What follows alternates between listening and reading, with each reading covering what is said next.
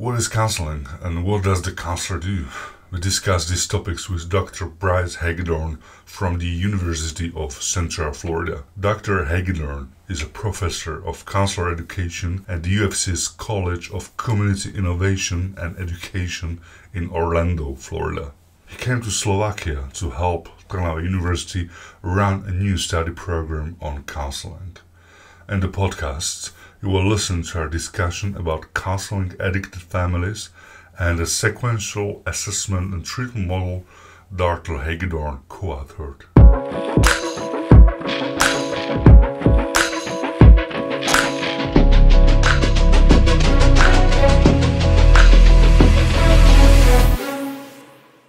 A simple start. Yes. What is counseling? What is counseling? Counseling is a way of being with people, coming alongside them during life's challenges.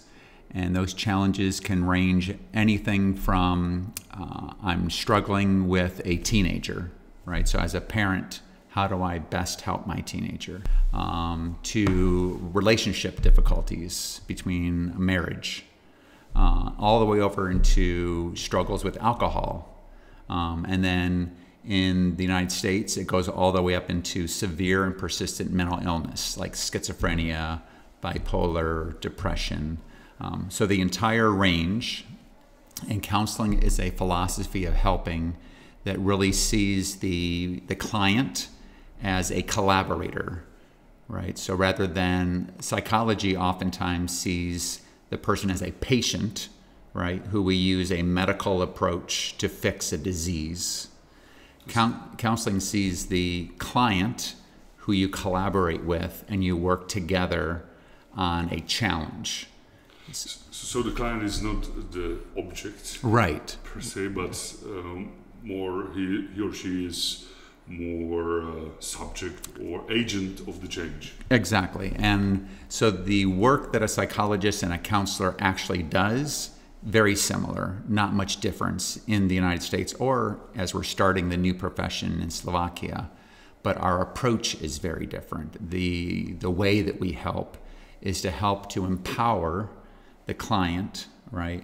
Give them some ownership of their treatment so that they won't need to keep coming back, years and years. Like that's not the goal of counseling. The counseling is to empower, right? So that they learn the necessary skills that they can then use with other life challenges. So it's like a school.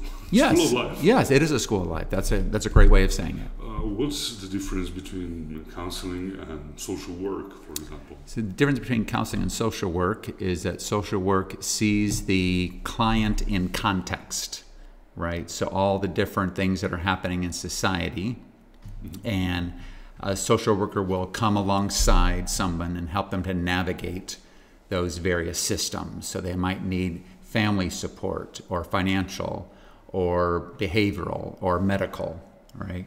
And the social worker works with the person to find out all the things that they need. At least in America, social workers typically don't get into therapy. It's more of support. Whereas the counselors and psychologists will go into therapy to go into their wound and their pain and their struggle. As I've read in your bio, you are a licensed mental health counselor. Correct. What does it mean? How do you operate in such situations where there are some issues with mental health? Can you give us some example? Sure. So depending on the setting in which I'm working, so I currently have a private practice that I do remotely, right? So I do it in Zoom. So that's what I'm doing now. In the past, I've worked in hospitals, and the mental health counselor will come alongside someone in their struggles, provide a diagnosis so they can use their insurance if they have insurance, put together a plan for treatment, and then help the person to obtain their goals for what they're attending counseling for. And again, that can be that they're in the hospital trying to stop alcohol or drug use, or they're in the hospital to receive medication for schizophrenia, right? The psychiatrist will prescribe the medication, but the counselor will work with the person to ensure they're taking the medication and also all the other things that they need to do to get healthy. So as a counselor, you don't need to necessarily be in the family with the patient, but you can do it online. Right, you can. Or remotely, as you said. Right. Yeah, and a lot of that is happening since the pandemic. A lot of places went to remote. How does it look like when you are talking and counseling? This is, I think, another difference between counseling and psychology. The way that I'd say it is that a psychologist has been trained to treat a disorder. A counselor has been trained to treat an individual with a disorder, right? So a counselor spends a lot of time getting to know the client, all the different facets, different parts of who the person is, so that they can devise a plan to treat the way that they have a disorder. So rather than treating depression, I would need to learn everything about you, what's important to you, your belief system, your family background, your cultural aspect, you being a male, right? I need to know all that about you so I can treat your depression rather than just treating depression, because depression looks different on everybody. And then once I understand who you are and how you're experiencing your concerns, then we would put together a plan, and that would use the model we use is a holistic model. So we focus not just on the mind, but on the body, the spirit, and relationships. So a whole view of a person. Excellent. And you can do that because you are a trained counselor. Correct.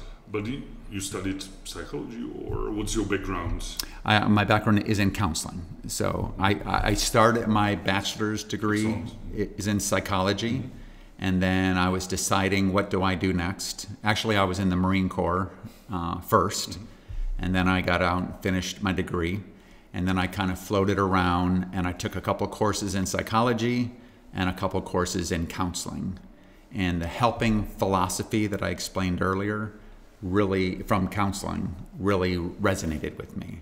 Like, that's how I saw the way I wanted to help, was to connect with the individual, not just the disorder.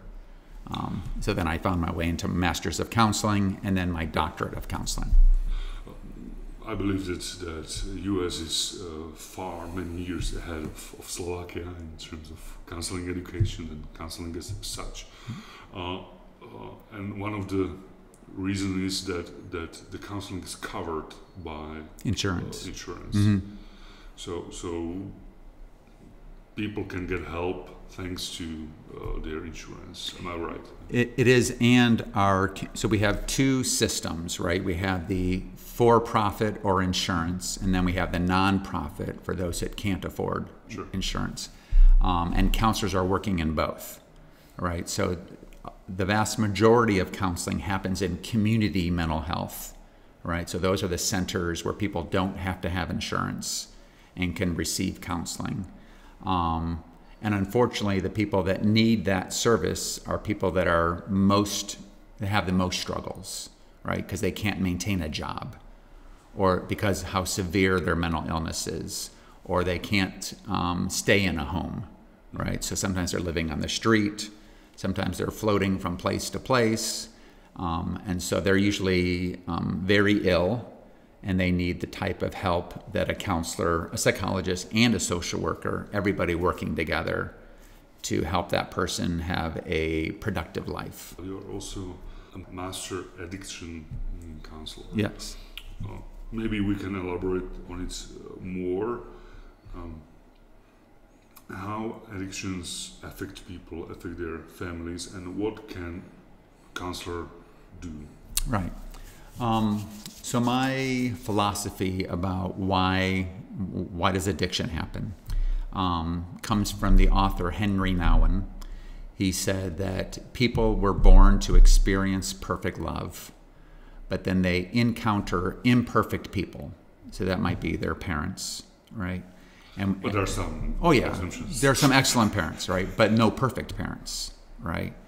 And so for those that experience imperfect people and then a wound develops, all right, so their heart gets broken in some way, they develop various coping mechanisms, right? And alcohol is a great coping mechanism because it helps to numb and push away the pain, right?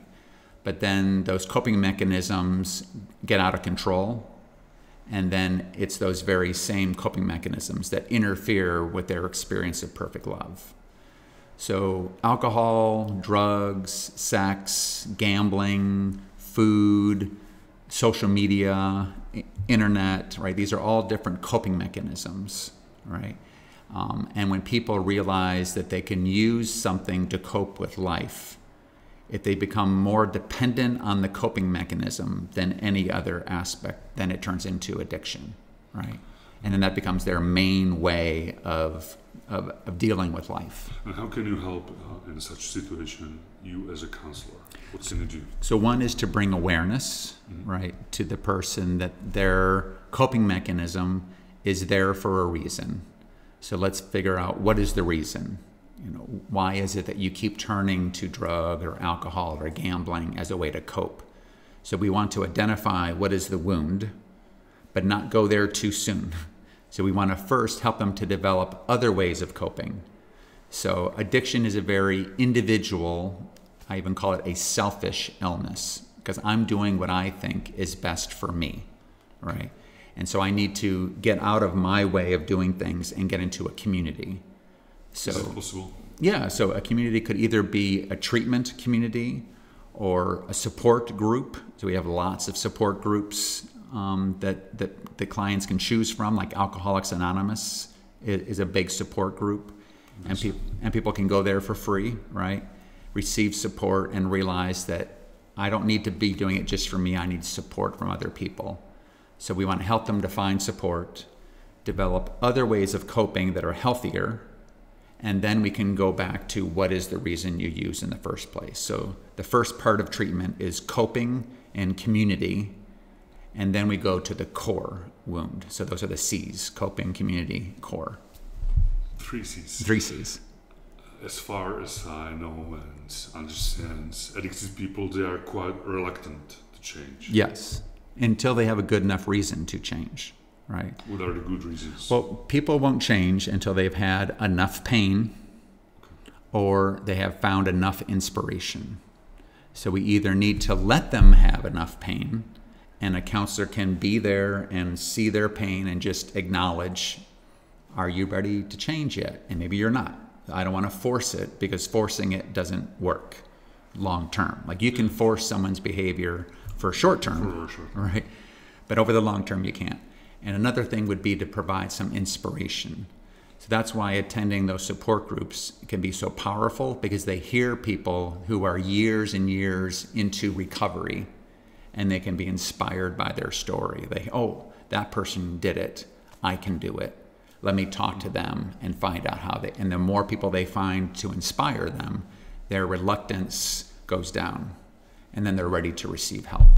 So as a counselor, you also try to connect them with those support groups? Yes, right. And that's and that really is key, because I never try and do care for someone just me. Like, I don't want to be someone's only support, right? Because then that can foster codependency, right? Like, yeah, which is also a bad thing. Right. So I don't want to be someone's only supportive person. I want to try and find other people so we can use a whole team approach, so that if I'm not available, they can call. They can call. You know. What are healthier coping mechanisms than addiction? Addiction. So I have a model. I call it the 5 F's. All right. So faith, family, friends, fitness, and fun. Fun. So part of my getting to know who the person is what is your belief system? You know, and maybe they don't have a religious belief system, but they have a personal philosophy or a worldview that brings them comfort. Who do they consider to be family? You know, maybe it's their actual family, or maybe it's really close friends. Spending time with friends, finding something that involves exercise, nutrition, right? But something that's fun. So trying to find other coping mechanisms are usually in those 5 areas. And it takes some time because people may have tried different things. Like not everybody wants to exercise, right? But maybe they enjoy taking a walk in nature, but they don't consider that like that's not exercise. Sure, that's exercise. And then helping people to rediscover their belief system, to rediscover their faith maybe they had as a child, and see what that is going to be like as an adult, because it has changed, right? Particularly if they've pushed it away in the midst of their other coping mechanisms, their addictions.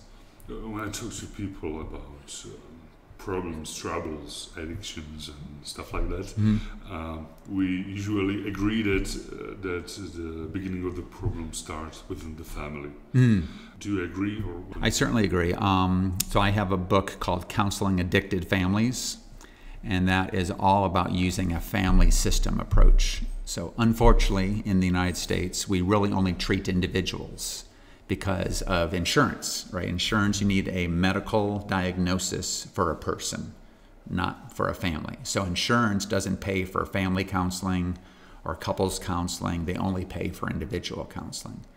So if someone's going to get family or couples counseling, they have to have enough money to do that, which is one of the broken parts of our system, insurance system. But to be really effective, you can't just treat the individual because it's the whole family system, right? So if there's someone that struggles with addiction in a family, say it's 4 people, and one of them struggles with addiction, they all struggle with addiction, right? Because they're all changing how they act and how they feel when they're around that person. But if you only treat the individual, which happens, we take them out of the family, we treat them in, 2, 3, 4 months, put them back in the system, and nothing has changed in the system, they're eventually going to be pulled back into their old role of the addict because everybody else is still playing their role. So you really have to treat the whole family, but it's the challenge again. So the nice thing is that there are support groups for family, right? So just like there's Alcoholics Anonymous, there's also a group called Al-Anon. And Al-Anon is a support group for friends and family of alcoholics. So only the family attends here, and then the alcoholic can attend AA, Alcoholics Anonymous. And that's the same thing with drugs. There's 2 groups. Sexual addiction, 2 groups. Gambling, 2 groups. So there's a lot of support groups that are available, but the family needs their own support. If I'm hearing you correctly, not only the addicted person needs to change, but also their family members need to change too. Right, which is a difficult pill to swallow for the family, because they think like, why do we need to change? It's his problem or her problem, right? But over time, we've all adjusted to the alcoholic or the addict's behaviors, right? And so I just need to change how I am used to dealing with them, right? And focus on me, because in a family, we're always focused on the person with the addiction, right? We're always adjusting how we are acting and what we're saying and how we're feeling. And so we have to change that focus from the alcoholic or the addict and realize I need to be a better version of myself that isn't dependent on the alcoholic. And that's where that term codependent comes from, because the dependent is someone who's dependent on alcohol, drugs, sex, gambling. The codependent is someone who's dependent on that person to define how I feel or how I think. So I need to rediscover who I am. And to break down the codependency. Right. To break that. But again, it's very difficult, because in codependency, you think that you're doing what's best for them, but you're actually perpetuating their illness, because part of their illness is to take, and never give back, right? And a codependent gives, but never gives anything to themselves. So it feels very selfish when you break codependency to learn, what are my needs? What are my feelings? Separate from the dependent. The family can still stay together, but each person needs to learn what's important to them. The alcoholic and addict needs to learn new ways of coping with life. The codependent needs to learn new ways of coping with life that doesn't involve always meeting the addict's needs. You already mentioned your book titled Counseling Addicted Families. Yes. The book describes a sequential family addictions model. Yes.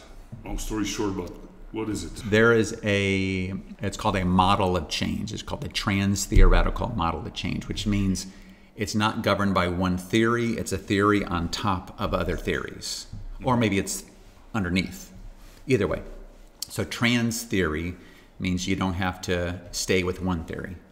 So our idea with the book, and we've been using this model for 20 years, my co-author and I, it takes those stages of change that people go through. So when you're considering stopping smoking, right? Like, I think I need to stop smoking, or I think I need to go on a diet. The first stage is called pre-contemplation, where you don't think you have a problem, but everybody else can see it, but you don't see it. You don't want to see it, all right? So then the next stage would be contemplation. Oh, I have a problem, but you're not really doing anything about it. You're thinking about it. And I would say everybody in the world is in contemplation about something. We all know there's something that we probably should be doing differently, and we've been thinking about it. Maybe we've tried, and it just hasn't worked, so we just think about it. Planning is next, putting together a plan for making a change. Action is making the change. Maintenance is continuing the change. And then termination is where you no longer have to think about it. Like, things have changed. All right? So that's that stages of change. And then the sequential model takes different psychological theories and approaches and attaches them to each stage of change. Right? So what works in pre-contemplation, what works in et cetera, et cetera. So that's the book talks about how to do each of those theories with a couple or a family as they go through their change process. So the final stage is the termination. Termination, right. Which means that the problem is terminated. Say, let's go back to smoking, right? So someone could have been a long-time smoker, right? But then at some point, when they're no longer smoking, they don't want a cigarette anymore, right? In maintenance, every so often they'll walk by someone smoking and they'll go, oh, I remember that, right? I would love to smoke. I would love to smoke, but I'm not going to because I've already changed. But there's still like a desire, right? Then later on, they can walk by a smoker and not have any desire, like, ugh, they're like, that smells horrible. Right? I would love to be in that final stage. Would you? Okay, yeah. So I mean, and like no more temptation. You don't think about what you're missing. You're just really liking not being a smoker. It looks like heaven. Yes, it looks like in termination, you can take what you learned about change, and the next thing you need to change, you use that same skill set and go through the process again. Yeah. Learning by teaching. Yes. Maybe teaching by learning. Right. And unfortunately, people go from contemplation, thinking about it, to action, doing about it, but they don't have a good plan. So then they relapse, right? So like, no smoking, I'm stopping, right? And then next day, good. Next day, good. 1 week later, just one cigarette. And then they relapse and they go back like, oh, I'm never going to change. Why even try? And then they go back into pre-contemplation. I don't have a problem. Do you practice these sequential family addictions model in your practice? Very much so, okay. Yes. Yeah, and it's not just for families. So that's the way my treatment approach is sequential, meaning I use those theories and those approaches in a very orderly way, right? I don't always have to start at the beginning because not everybody is in pre-contemplation, right? Sometimes they're just ready to make a plan. So that's where I'll start. But in my getting to know the client, the couple, the family, in my initial meetings, I'm asking questions, I'm using assessments to find out where are they as it relates to their problem. And once I recognize that, and then I can use the approach that fits them. So that's why like one treatment approach, like I know in Slovakia, a lot of people use like a psychoanalytic approach, right? Particularly as a psychologist. But psychoanalysis doesn't, and people are going to curse me for saying this, but it doesn't work for everybody because not everybody's ready to do that type of intensive psychotherapy. So I think a sequential approach better meets the needs because you find out where the person is in their struggle and then meet them right there and then move them forward. Counseling is a new study program Yes. at Trnava University, but also a kind of new approach Right. of helping people, I would say, I would put it that way. You are a fellow of the American Counseling Association. How big is counseling in the US? It is equal to social work and psychology. So those are the three main approaches to working with clients and patients. So it's the newest of the three, and it's the youngest of the three. So psychology and social work have been around much longer. So same thing like in Slovakia, right? We have psychology and social work, and counseling is just starting. Counseling in the United States started around 1956, so it's still fairly new. And we're kind of at the end of defining who are we and how are we different from the other helping professions. And those are some of the things I talked about, that holistic view of a person, our approach, all those things are. But the American Counseling Association is our professional association.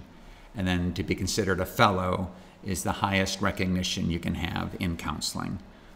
So that's something that is nominated by the association and then voted on by the association.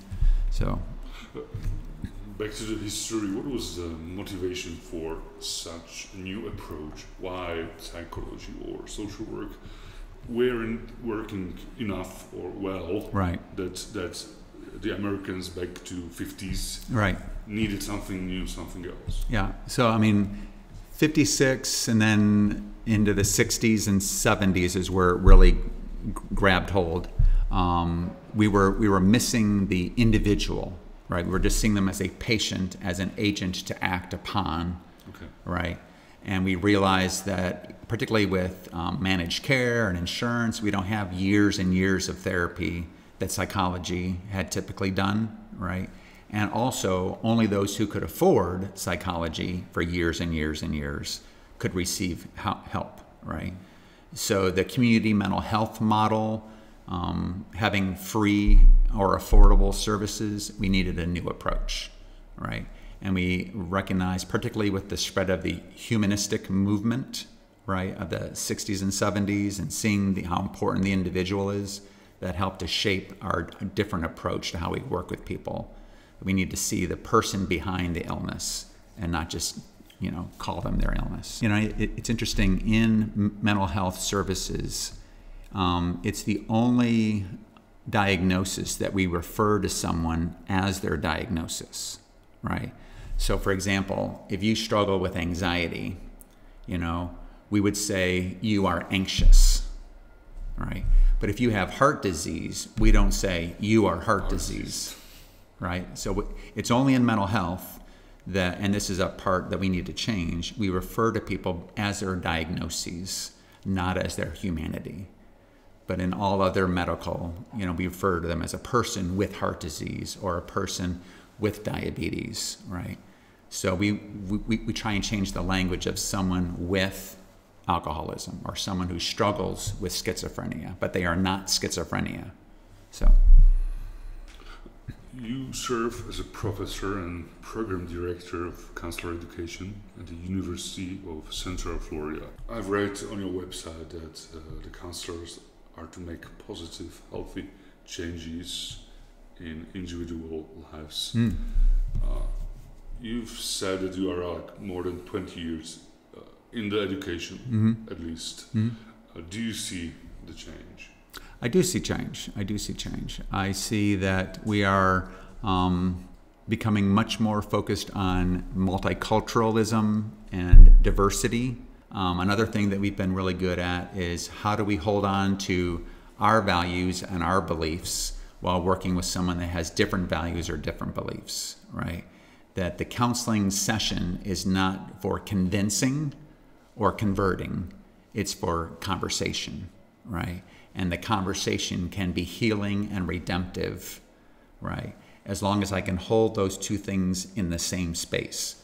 My values, my beliefs, my morals are very important to me, and so are yours.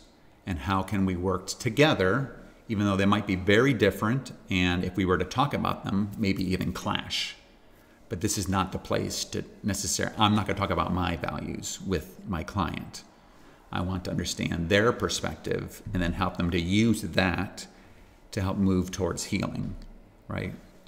I could try and change their values, but then I'm just one more voice that's telling them that they're not valuable, that they're not important, that they don't have what it takes. And I want them to hear their voice in their head saying, I do have value. I do have what it takes. I can be involved in my care, right? Because that's the voice they will continue to hear. They don't need one more voice telling them how to live their lives. So that's something that the counseling has been very involved with. Also, again, that holistic view, a wellness view versus an illness view is another thing. In our programs, so we have we have 3 master's degree and 1 doctoral degree. So we have just in counseling. So we have the clinical mental health, which is my background. We have school counseling. Mm-hmm. We have marriage and family therapy, and then we have a doctorate. So people that want to become professors and researchers are in the doctorate. I've read many news in Slovakia about the growth of mental health issues, mm-hmm. And I've read those news mainly after the pandemic. What is the trend in US or maybe in Florida where you live? I would put it that way, I would put it differently. Do you have more clients as a counselor, for example, after the pandemic? Where are people standing now? Do they have more troubles, more issues than they had a few years before? I think so. I think the new pandemic is loneliness, and so I think that the global pandemic around COVID really helped to bring that out about how disconnected we are. And even though we have social media, we have different ways of technology that join us all together, we're still very much alone. And when we had to be alone, that's when all the problems came up to the surface. I don't know if I necessarily have more clients. I think the severity of their concerns has increased.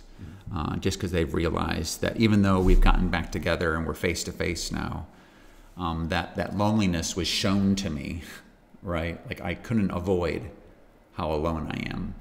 And I don't think there's anything wrong with being sad or being anxious or being depressed. I think it makes it worse when you're depressed alone or anxious alone or struggling with addiction and alone, right? So that whole sense of like loneliness is something that we're trying to make an impact on. They even say that the loneliness is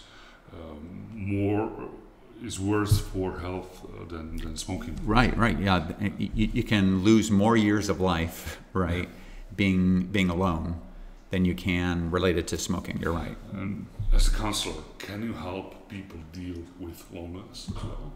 We can, and again, part of it is to recognize what role can they take in their loneliness, right? So is it just to sit in their misery? So when I can witness and acknowledge that someone is alone, right? And so a big question I ask my clients is, what role can I serve to help you, right? So sometimes they just need accountability.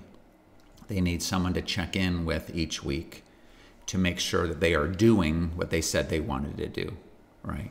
Sometimes it's about helping them to recognize what gets in the way, right? So do they have social anxiety? And where does that come from? Maybe we dig into that.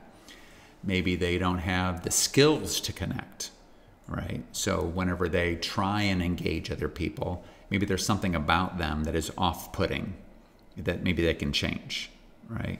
So, even just looking at how they present in social settings, And we can try different things in counseling. So we can do a enactment where you can lead me through what happened in the job, and let's role play, and then I can give feedback about what they could have done differently or how they could have sat.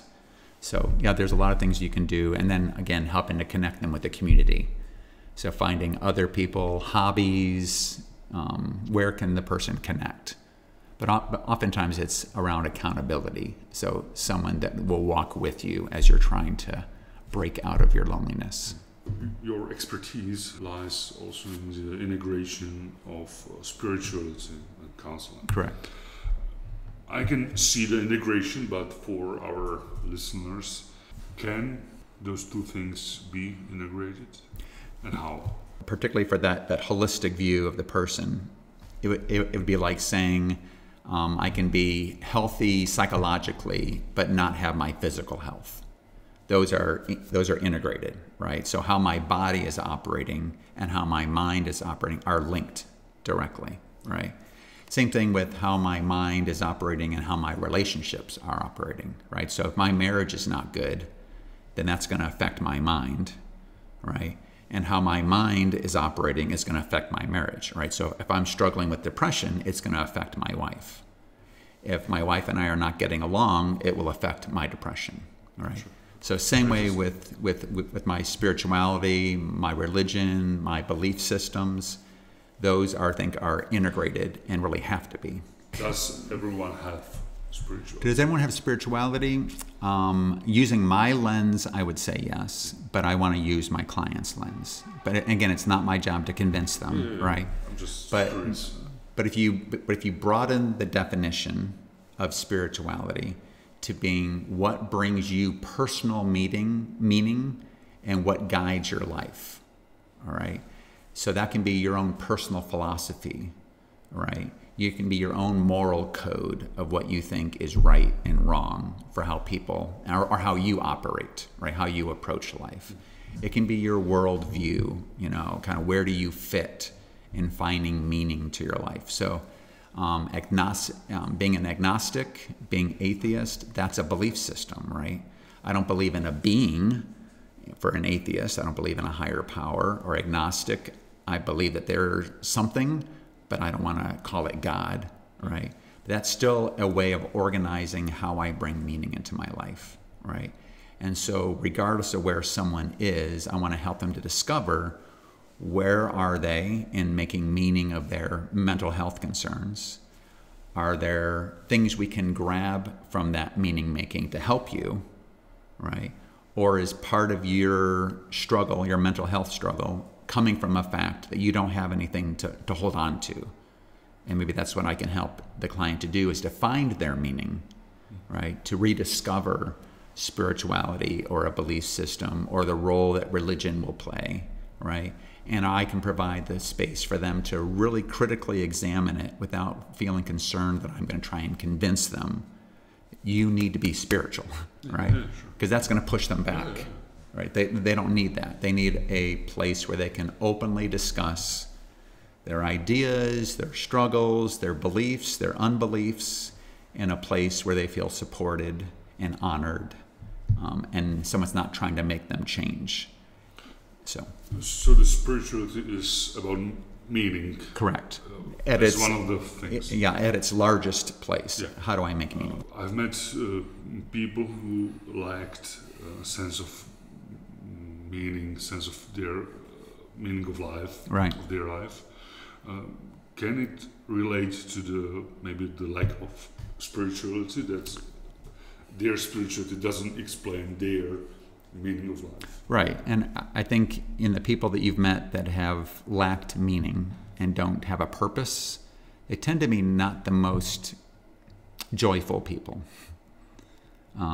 They tend to be pretty cynical. They had coping mechanisms. Yeah, they have. That's true. They have other ways of coping, and maybe that gives them meaning, right? Except those coping mechanisms are probably hurting themselves or other people, right? So yeah, I think a big part of it is to help them to recognize that the reason that those coping mechanisms are so harmful is because they don't have anything else to hold on to. And so that would be my attempt to help would be to help them to recognize there's something better. They don't know what that is, or they don't know what they don't want what they were taught earlier, right? Like, I don't want that, but I don't know what else to go to. So the place that a counselor can step in is to, let's look at this together. Let's re-examine some of those foundations or some of those beliefs. And I have a very strong belief system myself, so I know what brings me purpose and meaning, right? And so I believe that since I know what that is, I can give you space to discover what yours is. I don't have to impose my values, but my values do guide how I help, right? And my values and my beliefs talk about grace and talk about compassion and talk about respect and love, right? And so from that place, I can offer those things to someone, and when someone experiences that in a counseling setting, it becomes a curative factor, right? They get to have a space where they can feel honored and loved and cared for and experience grace, unmerited favor, or in psychology or counseling we call it unconditional positive regard, right? And those are all mechanisms of connection, and then the connection leads to healing. You came to Slovakia for a conference. Yes. To speak on motivational interviewing. Yes. What is it? So motivational interviewing, when I was describing the sequential model, okay, in pre-contemplation, that first stage where someone doesn't think they have a problem, traditional therapies don't work there, right? Because if the person doesn't think they have a problem, then the only reason they're in a therapist's office is because someone convinced them or pushed them, like, you need help. But they don't think they need help. They just want people to get off their back, all right? So motivational interviewing is a relatively new style of counseling where its main focus is to work with resistance and to change it from resistance, I don't have a problem, into ambivalence, I have a problem, but I don't want to change. That's ambivalence, right? To finally tipping the scales into, I think I need to change, all right? So motivational interviewing is a way of connecting with people. There are different techniques that you use to reorganize how people are talking about themselves. It's based on this theory called self-perception theory, which means you come to believe what you hear yourself saying, right? So the way that I would reflect your feelings, or when you're talking about your story and I'm giving your story back, the way that I organize that is so that you start hearing yourself saying, I don't like my current situation. I don't say that, I get you to say that.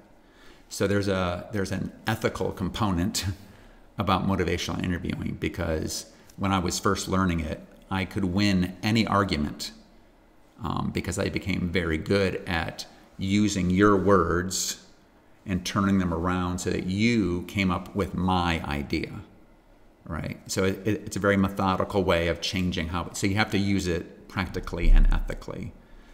And then spiritual bypass, right, is a way of using religion, primarily religion, as a way of avoiding recognizing that I have a pain, all right? So people that are in pre-contemplation, I don't have a problem, God's going to take care of it. So it's another layer of denial, right? I don't want to admit that I have an alcohol problem because that would mean I'm not a good follower of God. So I'm just going to deny that I have an alcohol problem. Drink, drink, drink, drink, drink, right? But God's going to remove it from me, or maybe this is what God wants for me, right? Or I'm waiting for a miracle, and then I'll change. So it's a way of deferring responsibility. I don't have to do anything because God's going to do it. So that's what spiritual bypass is, that they are using spiritual content or language to bypass psychological pain or discomfort, so they don't have to look at it. Actually, it's a very good topic for a short question, because mainly in Christianity, I don't know, I'm not familiar with other religions, but maybe also others do, have a sense of suffering, sense of pain, that we need to sacrifice something for something else, something different. But also I'm meeting people who are believers, And I would say that they do the same thing you just described, that they are waiting for miracle or just sacrificing their psychological pain for some higher purpose. Right. But obviously they need help. They need counselor. Right. Maybe. Yeah. Oh, yeah. Yeah, sure. How do you help them to overcome this view that still they are believers? God is for them, but still they need the help from outside. Meaning, when we have, I don't know, when someone has broken leg, we don't say to them that's okay, just pray, just suffer. Right. We give them help. Right. Right. Yeah, I think, so how to help is to first, and I know I said this before, is to first really understand the person and understand their belief system. Because sometimes people believe things that aren't necessarily connected to the foundations of their faith, right? So they have learned over time, either from family or from religious leaders, or the way they understood a religious leader is not accurate, right? So part of it is, again, understanding who they are, what their beliefs are, how their beliefs influence their lives, and then let's look at those influences. Let's look at their religious texts. Let's look at where they're getting those messages and explore it together, right? So, you talk about suffering. I think another thing I see in the Christian tradition is that we're always supposed to be filled with joy and happy, right? It's impossible. Right, but maybe I'm not being a good Christian if I don't have a smile on my face at Mass, right? And when we come to Mass, when we come to church, everybody looks like they have it all together. Everybody looks so nice and clean. How are you? Blessed. I am so blessed. God is so good, right? But then I go home and I beat my wife, right? But I don't talk about that, right? Because in church, or she won't talk about that, because in church, we're all supposed to look our best, right? We go there to perform because we think we're supposed to be filled with joy and filled with happiness, right? But then our behaviors don't match. So one would provide a space for, let's talk about what's really going on, right? Let's talk about where does that belief come from that we all have to be happy, right? Let's look into the religious texts. Do we see a lot of happy people in the Bible? Or do we see a lot of people who struggled, right? Who fell on their faces and then God restored them. And then they fell on their faces again and God restored them. But the Christian tradition is struggle and finding God's role and my role, right? So let's look into the book of James and talks about faith without works is dead. So that means I do want to wait on God's part, but I also need to do my part, right? So again, but I'd have to understand someone's beliefs and where they come from, where are those origins, and then let's look at it critically together. I'm not going to try and preach at you, but I'm going to use your beliefs to look at your foundations and see, is that working for you? And if it is working for you, why are you coming to see me? So obviously something's not working, right?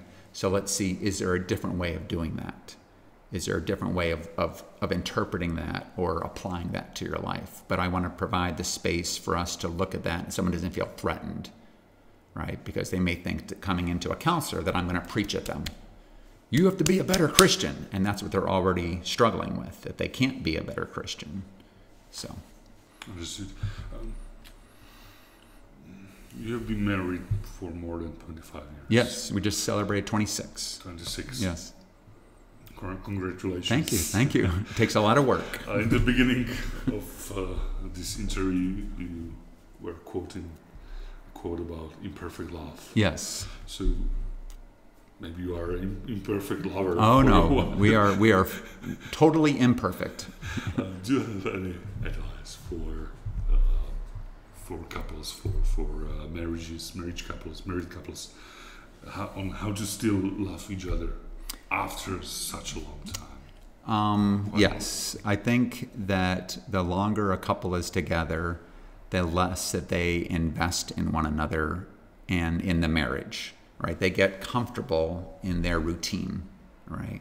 But people change, but sometimes the couple doesn't, right? So that's why, you know, years into a marriage, there can be struggle or disconnection.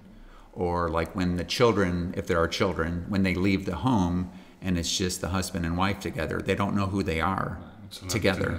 And, yeah, and this is something that my wife and I are experiencing, right? But we have been investing in our relationship all along. And we've definitely had our bumps and our bruises and our pain, right? But we've gone to therapy ourselves, you know. And I totally believe that every therapist should have a therapist, okay? Because every story that I hear from a client becomes part of my story. Even if I'm really good at professional distance, but if I listen to painful stories all day long, when I get home, all I have to give her is 8 people's pain, right? Because that's what's in my head and my heart. So one, I need to do my own work so that when I come home, I can give her the love and care that she needs, right? So going to a marriage and family therapist, we have done that on several occasions. We have been a part of and led marriage ministry in our church, right? So investing in new couples, right? So doing marriage preparation. So our church had a 13-week marriage preparation course for anybody that wanted to get married. And it's still not enough. Yeah, it's still not enough. Then we also started, helped a marriage enrichment class. So this would be a class where couples could come at different parts of their life to reinvest, to relearn some of those things that they knew when they were young couples and thought that everything was going to be easy peasy, right? And they get to reinvest. And then there are also what are called marriage encounter weekends. So you can go away for a weekend and in a program or a class and reinvest. But so we have date nights every week. We go to church together. We serve together. We have our weekly walks. We go for a walk and then eat breakfast every Saturday morning. So we have the thing that we continue to pour into each other. So continue to invest in Yes. your relationship. Yeah, just like you would invest in your finances. You can't just expect when it comes to retirement age, if you haven't invested, that you're going to have enough money to live on. And you invest in your kids and hope that they will turn into productive adults. You can't control that. But I want to invest in my marriage so that, continually invest so that I will have what I want as we move forward. I hope you have some spare time. Oh, yes, yes. And if your bio is correct, you enjoy obstacle course, racing, and backpacking. Yes.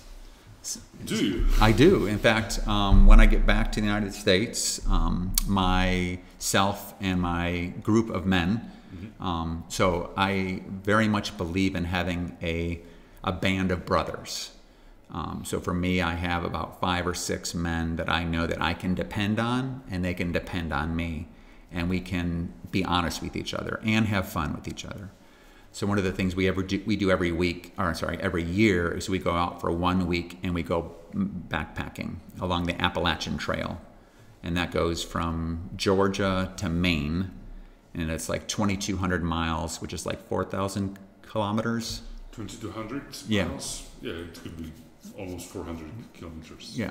So we've been doing it in 1 week segments. So we strap on our backpacks, bring our food and everything, and we just go out for a week. So I'm doing that November 9th through like the 16th. And we're So going out. coming weeks, you are going for the we're Appalachian doing that. Trail. So I do that every year. What does it bring to you? Both a connection with God, because we're out in nature, no distractions, no phones, right? No food. You know, we do have food, you know, but we also have to find our water, right? Because you can only carry so much water, so you have to, you know, you're always looking for your next water source. So that makes you dependent on God, on nature, to provide what you need. So it changes how you think. Gets me in deep connection with these men. So that's our time, again, no distractions, and we can just talk about everything. So everything from our marriages to our understandings of God to making fun of each other's mothers, you know, like men do, right? We always do. We always do that, you know, always teasing each other, right? laughing at lots of laughter. Sometimes someone is really struggling in their marriage, and this is a place for us to talk about that. So it's quite a friend circle for you. Very much so, and it's Where you feel comfortable. yeah, and it recenters me. It gets me back to what's most important. And then the obstacle course races, that's kind of like going back to boot camp when I was in the Marine Corps.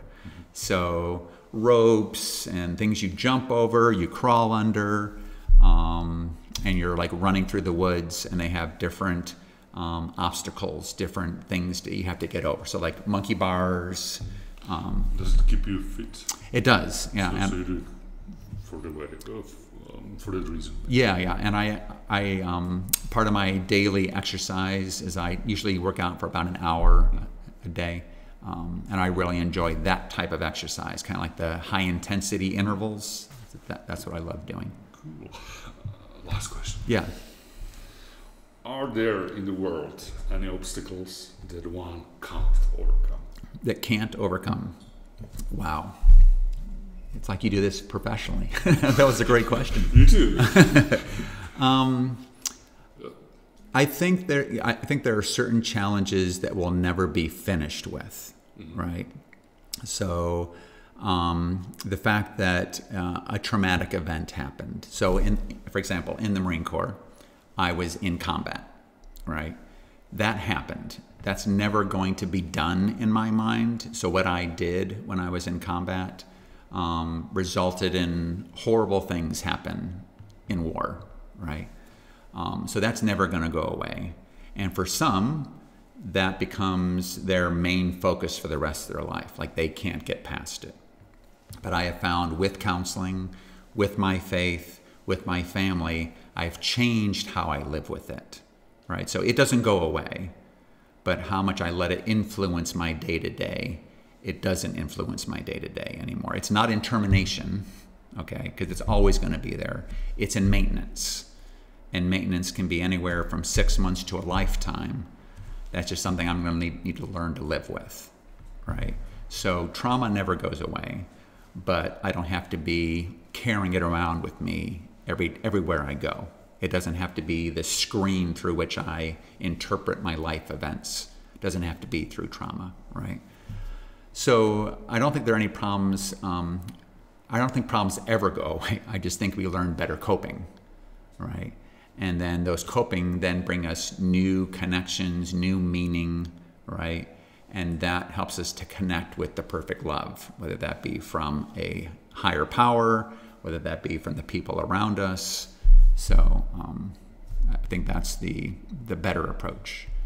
And I also wanted to say one more thing about counseling in Slovakia. And I think this is true in America too, but definitely here as the profession blossoms. Not everybody needs a psychologist in Slovakia, but everybody needs a counselor because we all have life challenges. And it would be wonderful to have a neutral person to walk with us as we navigate our normal life challenges.